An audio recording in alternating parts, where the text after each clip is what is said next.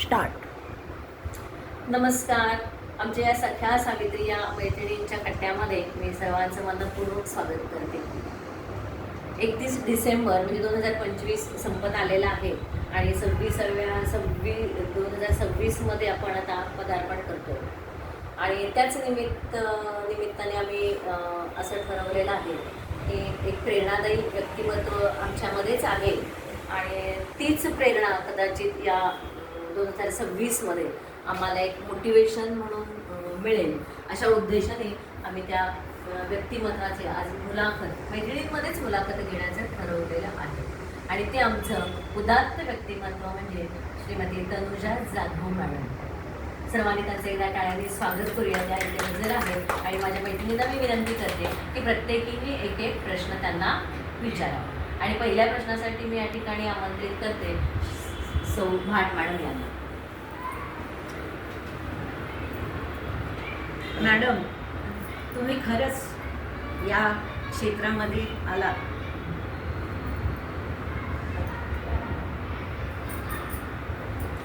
तेव्हा तुम्हाला साधारण कशा प्रकारे मनामध्ये तुमच्या भावना निर्माण झाल्या आणि या क्षेत्रात कशा आलात तुम्ही?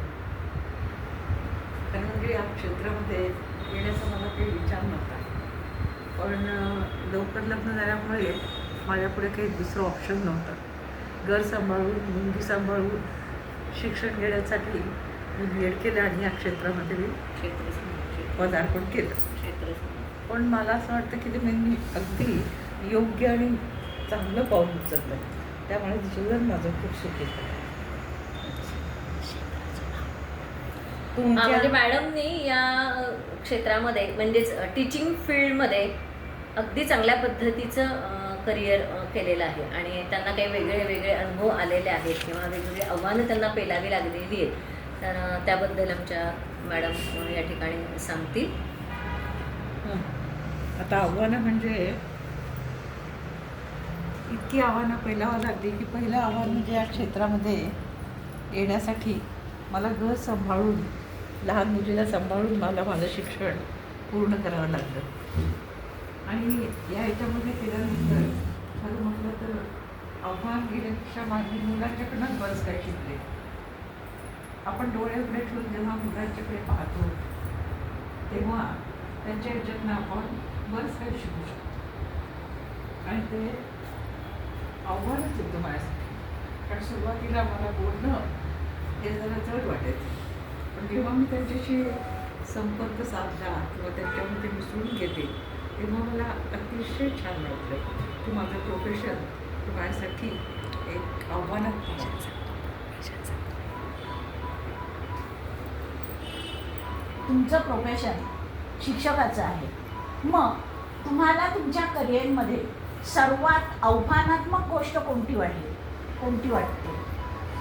आव्हानात्मक गोष्ट म्हणजे जेव्हा तुम्ही नवीन एखाद्या ह्याच्यामध्ये सिच्युएशनमध्ये पडता तेव्हा त्या सिच्युएशनमध्ये तुम्हाला हँडल करावं लागतं तुमच्या पद्धतीने, तेव्हा ते आव्हानात्मक असतं.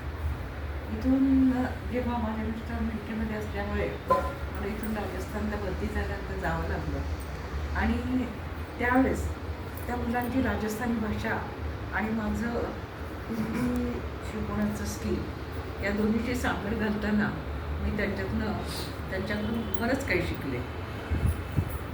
मॅडम, तुमचं शिक्षण क्षेत्रामध्ये तुम्ही आहात आणि शिक्षण इतकं तुमचं सुंदर, इतकं तुमचं ज्ञान इतकं खूप छान आहे की तुम्हाला तुमच्या या ज्ञानाचा आणि कौशल्याचा अद्ययावत ठेवण्यासाठी तुम्हाला काय काय करता येईल? काय काय केलं तुम्ही यासाठी? हे ज्ञान अद्ययावत ठेवण्यासाठी मला फारसं वेगवेगळे प्रयास करावे लागले नाही, पण रोजच्या गोष्टींची ताळमेळ बसवून त्यांच्या गोष्टी जर आत्मसात करून घेतल्या की ते तुम्हाला फार सोपं जातं आणि तुमचं ज्ञान अद्ययावत केलं की तुम्ही नवीन पिढीशी जास्ती जवळीक साधू शकता.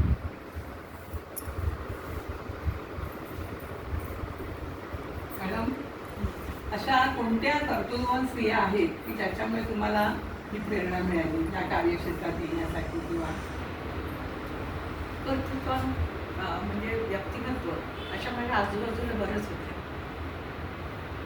माझे सहकारी होते. नंतर काही नेते मंडळी, काही स्त्रिया नेतृत्व जे आहेत अतिशय उत्तम प्रकारे करू शकत होता.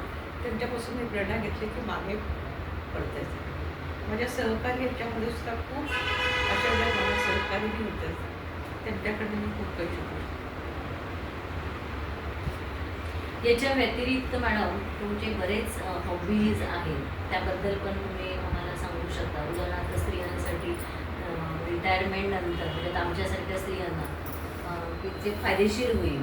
जसं तुम्हाला आता छान पेंटिंग करण्याची कला तुमच्याकडे आहे, आता त्याला वाव मिळतो का आणि त्याच्यासाठी तुम्ही कसा वेळ काढता? कारण म्हटलं आपल्याला ज्या हॉबीज आहेत त्या या वेळामध्ये आपण पूर्ण करायला हवं. आता माझं पेंटिंग वगैरे चांगलं होतं, म्हणजे मोठ्या मोठ्या पेंटिंग करत होते. परंतु आता एवढा वेळ मिळत नाही आणि त्याला आता एवढा वेळ द्यावासा असंही वाटत नाही.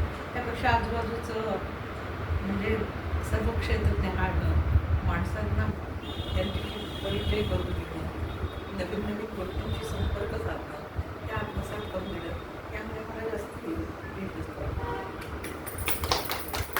खरंच असं व्यक्तिमत्व आमच्यामध्येच होतं आणि हे आम्हाला आज अगदी जवळून पाहायला मिळालं. म्हणजे आमच्यातच असून पण आम्हाला पाहता येत नव्हतं. पण आता आम्ही सगळ्याच निवृत्त झालो आहोत आणि मॅडमचीच प्रेरणा घेऊन आम्ही आमच्या हॉबीज किंवा आमच्या काही राहून गेलेल्या गोष्टी आहेत त्या चांगल्याच पद्धतीने आम्ही पार पाडण्याचा प्रयत्न करू आणि दर महिन्याला आम्ही एकत्र भेटून असंच एन्जॉय करू.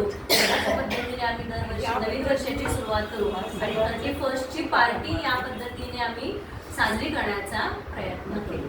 धन्यवाद. तुम्हा सर्वांच्या मनापूर्वक आभार मानतो. थँक्यू.